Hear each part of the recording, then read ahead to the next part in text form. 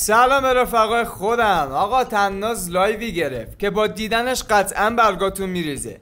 اون حقایقی از شاهین محدثه گفت و جواب هیترها رو به تندترین شکل ممکن داد. پس لایکو بکوب تا بریم. طناز اول کاری یه بمبی انداخت وسط و گفت به خدا که ورود علی و زهرا به برنامه از قبل برنامه‌ریزی شده بود. اصلا عشق و عاشقی نبود، سناریو و فیلم بود به خدا. فقط یه اسکار کم داشتن که کمکاری کردن در حقشون. بیرون برنامه نچیدیم، همه چی جلوی دوربین بودیم، کسی رو گول نزدیم، همه چی توی چارچوب برنامه جلوی دوربین صورت گرفته. نه اینکه یه هفته قبل ضبط برنامه دعوتشون کنم بیان مثلا خونه من بگم خب تو این کارو کن، تو میای نگی منو میشناسی، تو میای مثلا من اینجوری میگم تو برو اونجا اون کارو کن، بعد شما یه کار میکنین برگردین اگه فلان شدین اینجوری میکنیم، شما رفتین بیرون استوری چیز بذارید، کفش بچه هی بذارید. خب بذاریم بهتون بگم مثلا سیزن 2 بچه‌ها یاد بگیرید اگه حذف شدید یه دختر یه پسر، برید هی عکس کفش بچه و اینکه این برات غذا درست کرده خونه اونی و با همین و اینا بذارین و هی واسه کارگردان بفرستید، بگین مرسی از برنامه‌تون، مرسی که ما رو آوردین باعث شدین آشنا شیم، ما عشقمون رو ساختیم و اینا. کارگردان هم اینجوریه که خب اینا رفتن عاشق شدن، چه باحال، سوژه باحالی، برگردون تو برنامه براتون میگردن و به بازیتون ادامه بدین.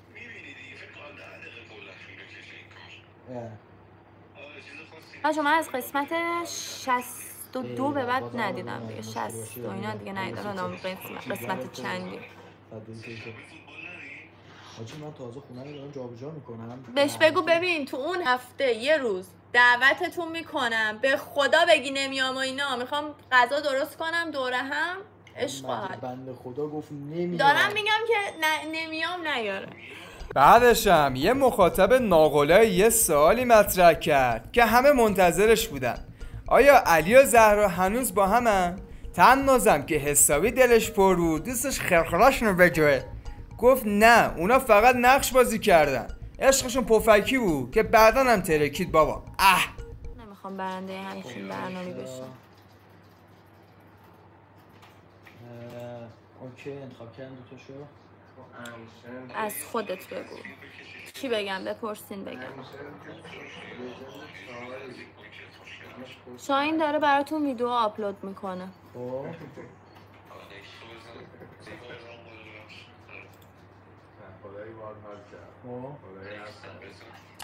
واقعا علی و زهرا با همه؟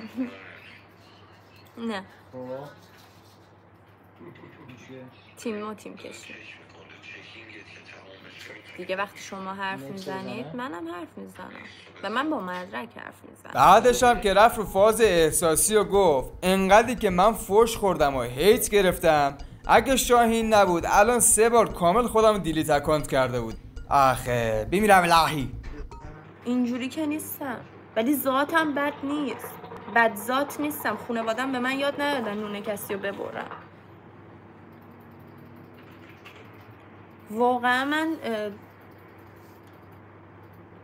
اینو یاد بگیریم که اوکی جنبه دیدن یه ریالیتی شو رو داشته باشیم، میتونیم ازش لذت ببریم.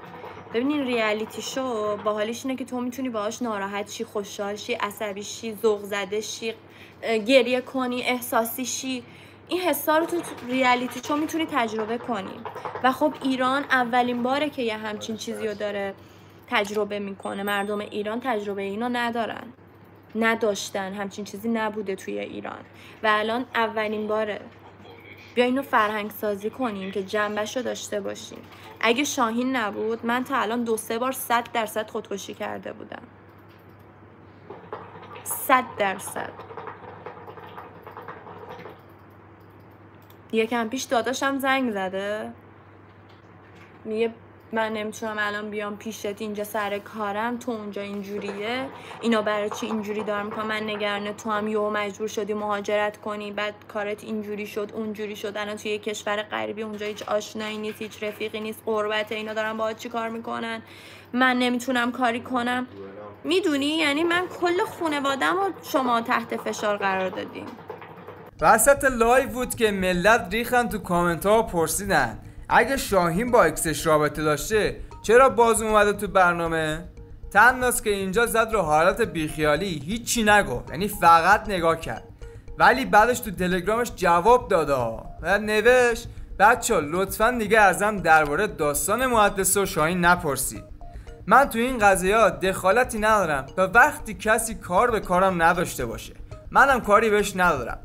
توی برنامه حرفامو زدم. هر کیم واقعا عاشق باشه، وقتایی که همه میرن اون باید بمونه پشته. اگه شاهین یه جای اشتباه کنه جلو جمع نمیزنمش، کبودش نمیکنم، ولی جلو جمع ازش دفاع میکنم. توی خلوت بهش میگم اشتباهشو بپذیرو، بره عذرخواهی کنه. من همه جوره پشت داداشم شاهینم، ولی فعلا نمیخوام وارد این حاشیه‌ها بشم، مگر اینکه یکی پای منو بکشه وسط که تهش معلوم نشد جواب بود یا زیرنویس فیلم ترکیه‌ای، ما که نفهمید. اما شاهینم دست به کار شد و گفت بابا من کات کردم بعدش وارد برنامه شدم. هر کی چیز دیگه ای بگه یا خواب دیده یا دنبال لایک و ویوه. خب این سوالو بذار وایس بگیرم. خیلی دارید میپرسید که نمیدونم وقتی اومد باهاش تو رابطه بودی و اینا. یه سوال من از شما دارم، شما اگه توی رابطه‌ای باشی که خوب باشه، رابطه رو دوست داشته باشی، وارد همچین برنامه‌ای میشی یا اصلا پارتنرت، حالا چه پسر چه دختر فرقی نمیکنه، اجازه میده که یا دلش میاد که تو مثلا دلش میاد هیچی، اجازه میده که تو داخل همچین برنامه‌ای وارد بشی؟ پس بدون اگه همچین چیزی هم بوده باشه، مثلا این که تو اون رابطه هیچ حسی نبوده، متوجه این چی میگم؟ حالا الان خیلی دیگه حرفا از این به بعد در میاد به خاطر اینکه ویوی بگیرن، خودشونو خوبه کنن و هزار تا حرف دیگه. بالاخره طرف باید بیاد 4 تا چیز حرف بزنه دیگه. پس یه خورده با دید بازتر نسبت به خیلی مسائل نگاه کنید.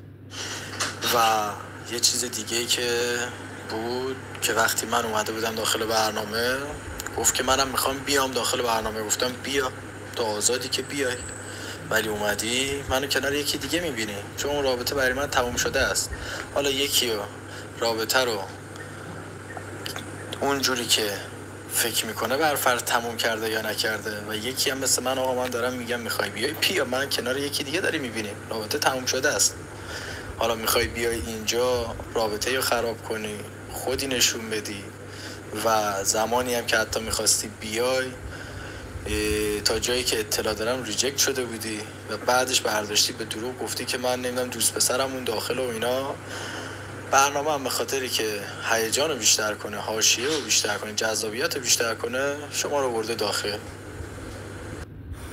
دقیقاً درست گفته، چون من خودم بهش گفتم من دارم میرم و ما کات کردیم، ولی از طرف اوشون انگار پذیرفته نشده بوده که آقا ما کات کردیم، ما جداییم دیگه، تموم، و من دارم میرم اونجا تو اون برنامه با همچین کانسپتی دارم شرکت میکنم.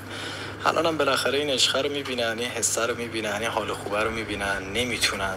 میدونی اینا اگه ما همین فردا مثلا میگن زبونم لال تموم بکنیم، ما اینا میگن آخه خیلی خوب دیگه، اینا تموم کردن، به اینا نپردازیم دیگه، متوجهی؟ ولی ما هر چی که قوی تر میریم جلو، اینا هم دوست دارن قوی تر به ما بزنن، بزنن راحت باشه.